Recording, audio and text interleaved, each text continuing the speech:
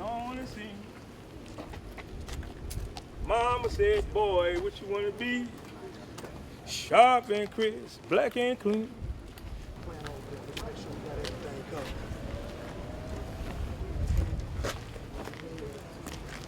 Yes, sir. Yes, sir.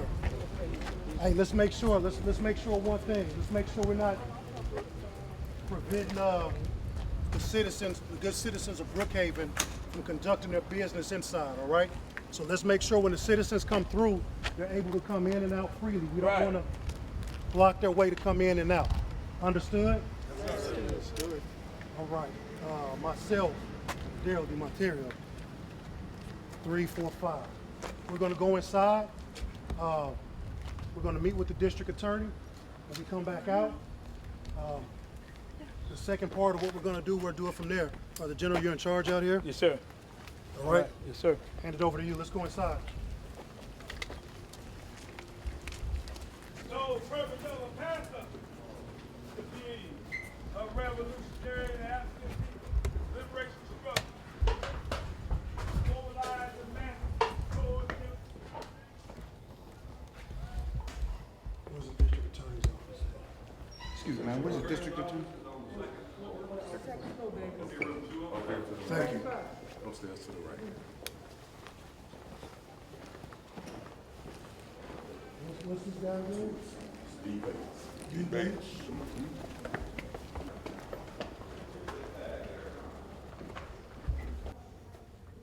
Hi, can I help you? Yeah, well, I had an appointment today with the district attorney. I'm sorry, he is gone for the day. He said the appointment was at 12, and so he had to go out of town, so he's gone for the day. So he left. I'm sorry? So he's gone. He left. Yes, sir, he's gone for the day. Okay, but he knew I was coming, and he still chose to leave when I specifically told him I was coming here. Yes, sir, the appointment, is my understanding, was at 12. He said you told him you would be here about 12. No, that was a misunderstanding on his part. Okay, he stayed until about 1:30, and then he had to leave. All right, well, tell him I'll be back to see him. Okay, when is that, sir? Every day until I see him. Okay, what's your name? Nick Bezel, Elmer, Geronimo, Pratt Pistol and Rifle Gun Club. Okay, I'll let him know. Have a great day.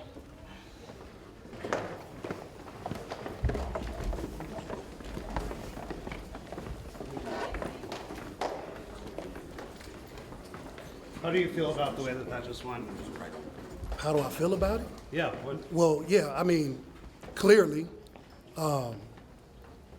this district attorney says he's going to be here of a prominent case that's happening in his jurisdiction, and then he leaves. He hasn't done anything to help this young man with his case. And then he knew I was coming to town. He knew all of us were coming to town, but then he chose to leave anyway, which tells me he doesn't care about justice in his jurisdiction. So, which tells me we have to ramp up the type of things that we do until we get justice for D'Monterrio. What do you think it would take to get his attention? Well, I guess you're gonna have to stand by and find out, right? Sure will. Okay.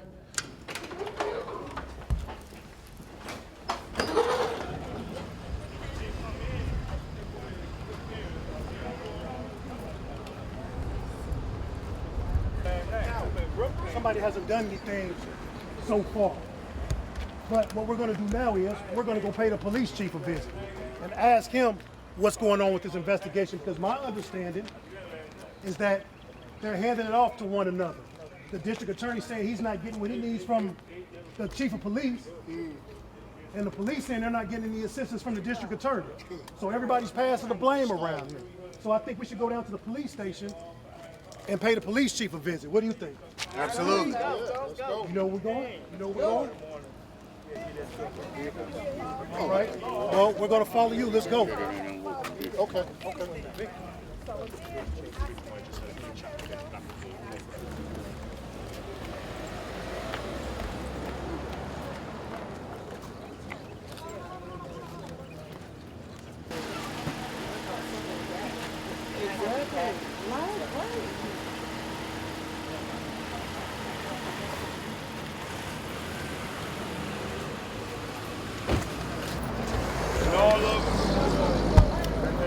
original Black Panthers, militia, all of us here.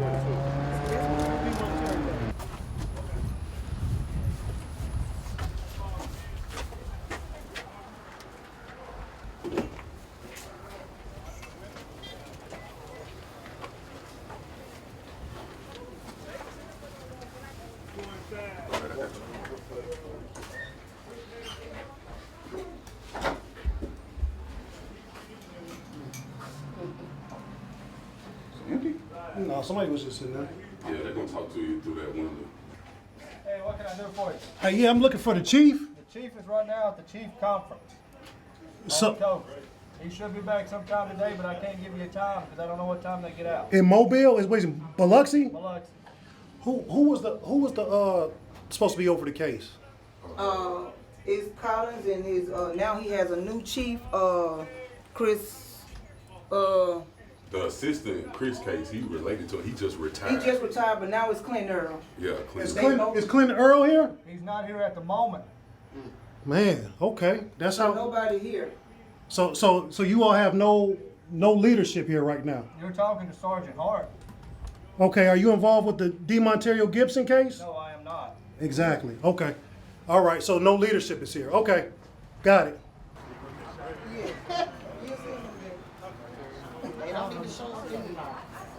No one is here to talk with these people. I mean, you make that make sense. I mean, you got a chief. Am I correct? You got an assistant chief. Everybody should be here on the Right? Friday. You got police officer. Am I not right? So you explain to me at what job can no one be here? Vincent Fernando. What about him? We're trying to figure out, was he the one who initially investigated the D'Monterrio case? Yes. Okay. Are you him or no? Oh no, sir. I'm not him. Is he here? I'm not him. Is he around? Brother, you taking too long. That means you're trying to lie to me.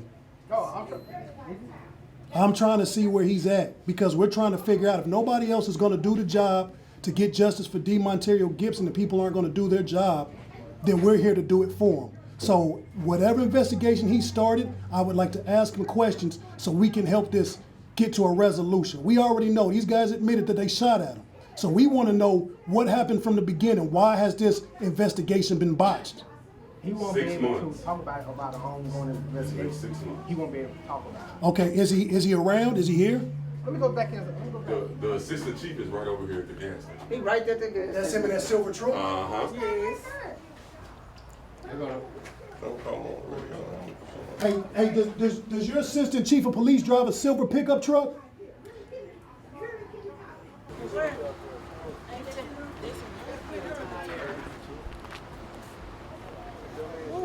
What do you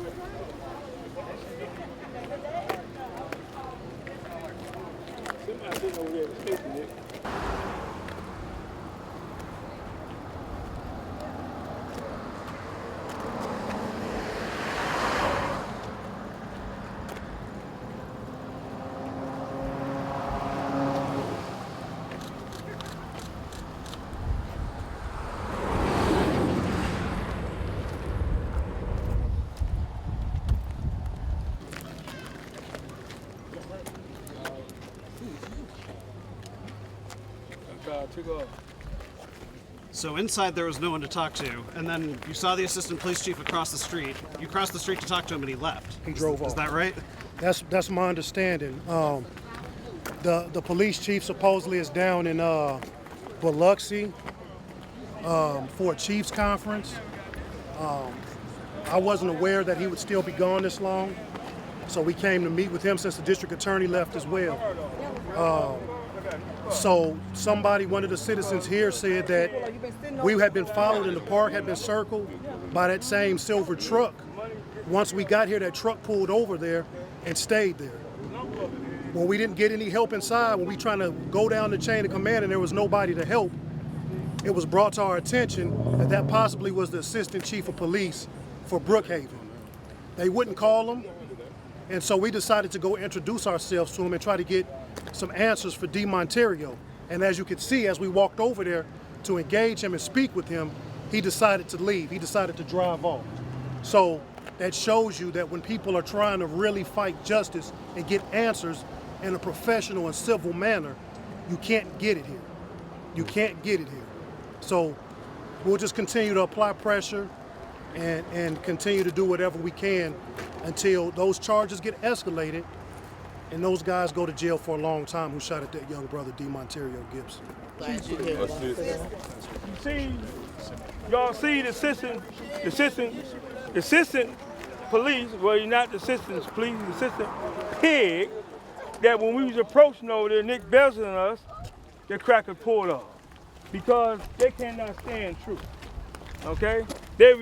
Nature is to rebel against truth. Rebel against them going to be injustice.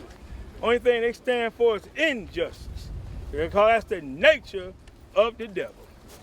Right on. The nature of the devil and the nature of God is diametrically opposed against one another. That is like a frog trying to make a great friend with a rattlesnake. That's like the ant eater trying to be with the daggone ant. But to make the ants a meal. As a rattlesnake will make a meal out of the frog. This is what they do in my son's case, because they don't want to talk to us. You locked the taxpayer door. Door, yes. This is a taxpayer door. How you lock that? Right. So this door is locked. You cannot open it. The business hours on here are 8 to 5. What time is it? It's not but 3:39. Okay, get that. So And we talking about Central Time now. Central Time. the building should be open. Yes.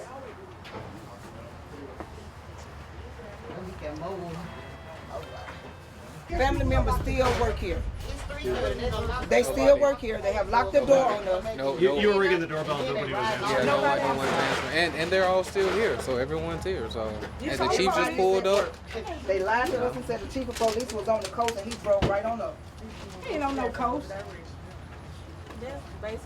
No luck. The games people play. The games people play. They just write the laws as they go around here. I just want you to know. They write them as they go. This is Home Seeker Paradise. I just want you to know. That's the if you see there's a sign that says Home Seekers Paradise. Okay? So I just want you to know. It depends on what home you're seeking. For my sister, it's a dead paradise, unsolved murder paradise around here. 10 black bodies murdered in 2015, not one solved. You were saying your child was one of them? My sister. Your sister. She was at home, getting ready for work, has gotten ready for work, laying on the bed. Her son is sitting on the sofa, her daughter is in the back, and her other daughter is in the car sitting in the driveway with her friends. Her oldest son had just left for work. They gunned her down, run the doorbell and shot her. You want to ask me why? I'm going to tell you why. You don't have to ask, I'll give you the information. It's because the murder that took place the day before her, it was his family members who came and killed my sister because of the guy she was dating. But they killed my sister. She didn't have anything to do with that. Brookhaven PD asked me what did they do. They held her case. They held her case until December. Then they said they sent it to MBI. And they never found it, the perpetrator? They can't find a prize in a Cracker Jack box around here. I'm just letting you know. This is not the place you want to die. Unless you just die from a heart attack or something, they might be able to get that right. But if somebody murder you, especially if you black, it's a wrap around here, baby. I'm letting you know. And that's not nothing that I heard, it's what I experienced, because it happened to my sister. And then to turn around and to know who shot at D'Monterrio, from the hood, if you shoot at somebody, that's attempted murder. Am I correct? Somebody help me out. I'm just saying, that's attempted murder. All over the place. Automatically, they should have arrested him then. But they didn't. Because you know why? Because his family works here. His family works here. And that's why they cover up my sister's stuff, because the chief before this chief, he was black too. He was black too. So all skin folks ain't kin folks. All skin folks ain't kin folks. So don't think because somebody black that they gonna look out for your best being. Baby, no. Those are the ones that's gonna do you every time. And they have done me, they doing him and his mom. And then they call themselves outsiders coming in agitating. And we all are United States citizens. Hey, everybody, could you please come over here? We're gonna go to the crime scene. You good to go over there? You good? All right, we're gonna go to the crime scene, and we're gonna let Brother D'Monterrio get whatever he has off his chest about that day. If you're good, you're good. But just so the entire town of Brookhaven knows that this young man has support. He's not out here by himself. Right. And even though people have been avoiding us like the plague today, but I can promise you one thing, the city of Brookhaven know this young man is not by himself. They know that today. They didn't know it before, they know it now. That's right. And they've been put on alert. And we're gonna do whatever it takes to get those white supremacists sent away. So we're gonna go out there, we're gonna let this brother get whatever he has off his chest, because if it was me, I'd have a lot to get off my chest. And he can go back to the scene, brother, say whatever you gotta say. And then after that, we're gonna get out of here. We did what we had to do today. Anytime you want us to come back, brother, you got it. We here. So we're gonna organize a citizens defense group, and we're gonna police the police. We're gonna have our own black office of police oversight in Brookhaven. And we're gonna make sure we monitor these guys from now on. And we're gonna work to get it done. Right on. Black power? Black power. Let's line up and go. I have one. Okay, two.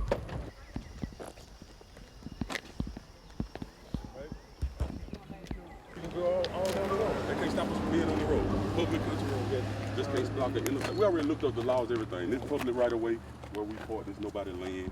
We good. We can walk down, walk back. We just, when you step off, you on their property. You know, either side, you on somebody's property. We gotta stay in the road. We have to stay in the road. And if somebody comes, you have to You just get out the way, yep. And even in front of their yard, you know, it's a public right of way before you actually hit their. And I want pictures with every one of y'all. Yes. I thought you were 25. 82. I thought you were 25. No, the Angela Davis too. And I want pictures with everybody. Tell them. Got a big baby there. Huh? Got a big baby there. It's don't tell nobody, it's just a 22. That's our secret, okay? That's our secret.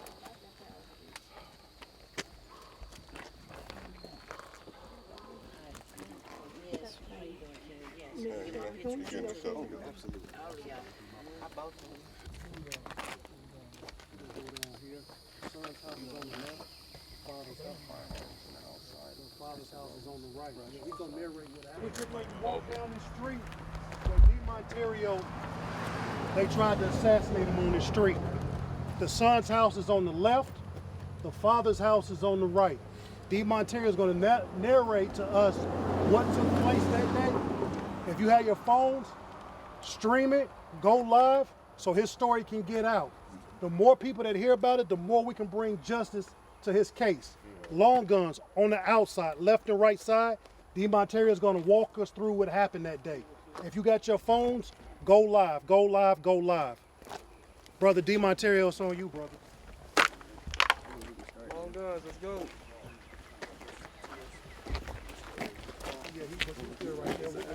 Let's get two in front of him. Let's get two in front of him. Right in front of them. I'm gonna get behind and film y'all. Let's get long guns on the left and the right. There we go. Oh, you filming too? Yeah. Let's make this tight right here, y'all. That's all right. All right, I guess I'll start with like how it started.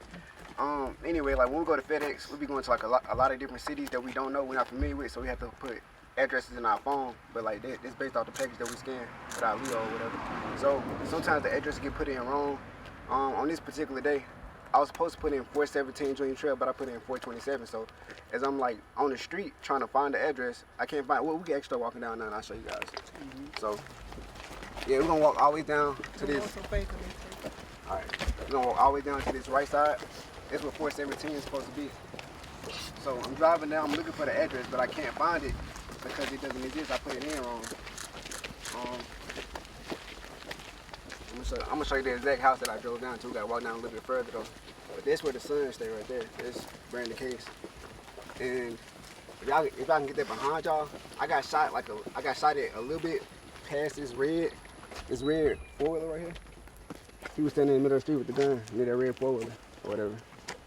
No justice! No peace! No justice! No peace! All right, so 417 Junior Trail was up here on our right. Like I said, I was looking for 427 because I put the address in wrong. So when I didn't see it, I turned around to leave the neighborhood, but I noticed 417 to my left or whatever.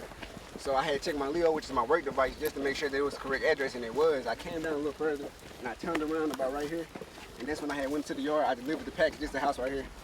That's the house that I delivered the package to, that first house right there. So I hopped out the truck, I put the package down, and I got back in. Now, we're gonna go down a little bit further. You're gonna see a house in the background, and that's where the white truck came from. So I thought the white truck was just like leaving the yard or whatever. They came up behind me, got close, and started blowing the horn. I was just trying to get out their way. As I'm trying to leave the driveway, which is like right here, that's the driveway. That's the trash cans I was telling y'all about. They swerved around the trash cans, came to the grass trying to cut me off, but I'm trying to leave the driveway or whatever. This is the house back there. This is where the white truck came from. And this is where they tried to cut me off at. I swerved around the guy or whatever, and I came back this way. I came back this way right here, and I got down to about where that white four-wheeler is, and the son was trying to slow me down. He had a gun pointing in my window or whatever. He kept asking me to stop. I shook my head, and I hit behind the steering wheel, and I swerved on him too. And that's when he started firing shots in the back of my vehicle or whatever. He then, after they failed to shoot me that time, he got in the car with his dad, and they actually chased me all the way from here to out the city. And this happened in like a 5-minute time frame. It was like from 7:20 to like 7:25 or 7 something. It was like a 5-minute time frame though. But yeah, he was right there by where that red four-wheeler is. They chased me all the way out the city. And I actually had one of my managers on the phone the whole time. So after they chased me out the city, I drove down the road about 15 minutes. That's when I called my head manager with it. I told him what was going on. And he just told me like, let's wait till tomorrow to report it. But I knew if I had did that, the police were gonna ask like, why you wait till tomorrow? So I took it upon myself to report it, whatever. When I finally got a hold of dispatch, I didn't even know who these people were. They actually had reported me as being a suspicious person in the neighborhood, even though I had on full FedEx uniform. I was in a Hertz work van. Like, it's not a FedEx van, but it's still a Hertz van, office work van or whatever. And I had like big FedEx letters on the back of my jacket or whatever. So I had, I told the guy like, I'm not a suspicious person. I was just doing my job. And he basically told me he was gonna give it over to his supervisor the next day or whatever. So they gave it to, I waited till the next morning. One of my managers came down with me, and we went to the police station to file a report. I had dealt with 3 officers that day. The first one, he was taking my statement down. I kept telling him what happened over and over. He just like kept switching my story. I don't know if it was on purpose or if he was just like not listening to what I was doing. So like after about the 3rd or 4th time, he finally got it right. And it was the second officer that was just like listening to us talk or whatever. He asked me, he was like, well, I'm gonna play devil's advocate. And he was like, did you do anything to make them think you were suspicious? To which I replied, no, of course, I was just at work. But even if I did, you still, like I said, if you're a citizen, you can't take the law into your own hands. You either call the police or you mind your business. It's that simple. Or whatever. So the 3rd officer I dealt with, he was a detective as well. He actually let me write my statement down about what happened or whatever. And we came back to the crime scene. And the first house we went to was the back house. I'm not sure who they talked to when they went to that house or whatever, but they got the information they needed, and we ended up coming back down here. When we came down here, they was actually looking for like bullet fragments and things of that nature. And they asked me to get out and help them, which I did. So while we looking for the bullet fragment, the guy was like, you see that we trying, right? And they just like really like baffled me, like that's what y'all supposed to do anyway, so I don't see why you asked me do I see if y'all trying. After that, we had went to like the job of Brandon case or whatever, and he was giving them a hard time. He wanted to go over his information. And basically after that, they just gave them time to turn themselves in. They didn't arrest them, they didn't do nothing. They gave them plenty of time to turn themselves in. And that's the whole rundown of basically what happened. Thank you. Yeah. No justice! No peace! No justice! No peace! No justice! No peace! It saddens me that we have to fight for justice when the evidence is already there. It's sad that we have to go fight the justice system and the corruption that happened in this town.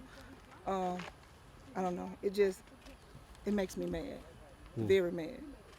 And for both of you, what does it mean to have a community out here exercising their First and Second Amendment for the two of you? It's very much appreciated. Of course, we appreciate everybody that's coming out. I feel like it's not respected though, at least by the law enforcement in this city. So, but yeah, we thank them personally. So what would justice look like? What do you hope is going to happen? Upgraded charges, them going to jail. Because if it was me, I would have been in jail. Mm-hmm. Thank you. No justice! No peace! No justice! No peace! No justice! No peace! No justice! No peace! No justice! No peace! No justice! No peace! No justice! No peace! No justice! No peace! No justice! No peace! No justice! No peace! No justice! No peace! No peace! No peace! No peace! Black lives matter! This speaks true to the sentiments of black people and the country in which we literally can't do anything, like, without thinking of ways to survive.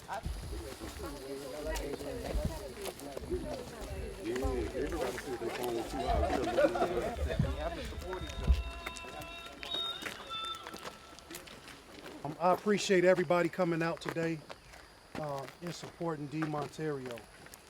I had been following the story from the beginning, ever since, I think like the first week it happened.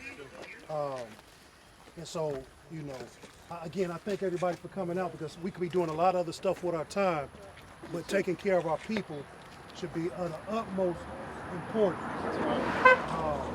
And so we just have to continue, like I said, we have to continue to keep fighting for this young brother, as we do for many others that we do across the country. And I definitely thank General Mike Payne and the original Black Panther Party for coming out. He and I were together a few months ago, our organizations in Tulsa, fighting for Pam Smith. 25 years she's been fighting for justice. And we were just there a few months ago. So, I definitely love to thank the original Black Panther Party and General Mike Payne for all that they do for the people. And the new Black Panther Party as well, all the different groups of the new Black Panther Party who come out and support. Before we go, I want to give General Mike Payne the opportunity to say words before we get out of here. Yeah, I think this right here is, it's extremely unfortunate that these situations and attempts on our people's lives continue to happen. But one thing that's positive, especially even about today, even though certain people weren't there for us to speak to, is the fact that we can show Black America that they literally run from us. Right. When we mobilize together, they run from us. That's right.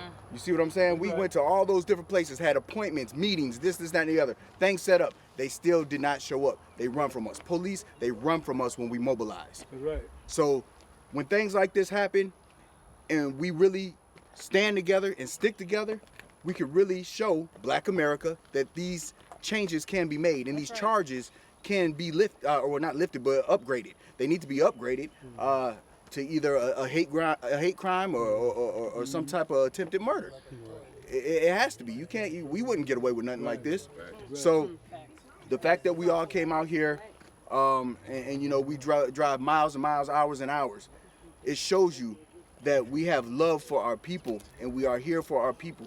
And we're here to defend anything that's against them.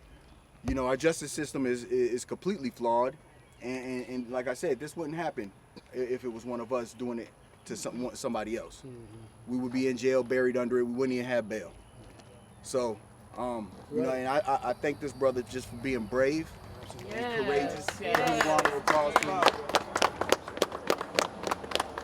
So we were also at the Ahmaud Arbery situation, and at the conviction of that. And sometimes when we're out here doing these types of things, we're doing it without the victim. You see what I'm saying? We have the victim. We have the person. He's here. He's alive, and praise be to Allah. But he's alive, and I'm just proud of that brother. He did everything right, and when you heard his story, everything he said, he did a lot of things right. He was thinking. He did a lot of things right. So I applaud him. And thank you for having us. Of course, Nick Bezel, man, we're always working together. The Geronimo Pratt Gun Club, all the new Black Panther Party formations, and Black Lives Matter as well. Everybody who's out here that cares, man, thank you. And we're going to keep this work going. Absolutely. Mom, you got any words? Or? I just want to thank y'all for coming out. Y'all did kind of scared them people. Yeah, I just want to thank everybody for coming out. This has been a hard fight for us. I literally had to move from Texas to Mississippi to see this case through, and I'm gonna continue to fight for it until it's done. It's just hard to continue to fight these people. It's hard. They know it. The evidence is there. Prosecute these people. They won't prosecute them because they're family. Their family works for Brookhaven Police Department. We got to do more. We got to do more. I gotta march on to Washington. If I can't get it here, I got to get it somewhere. You gonna get it. I'm done. I appreciate everybody coming out, and I look to see everybody again on Saturday, and of course on Sunday in Natchez for the national gathering. Right. Black Power. Black Power. Real Black Power. Real Black love. Real Black unity. Thank you. Thank you. Now get a little tighter. Just a little tighter. Like you love each other. It's some people from down there. Okay.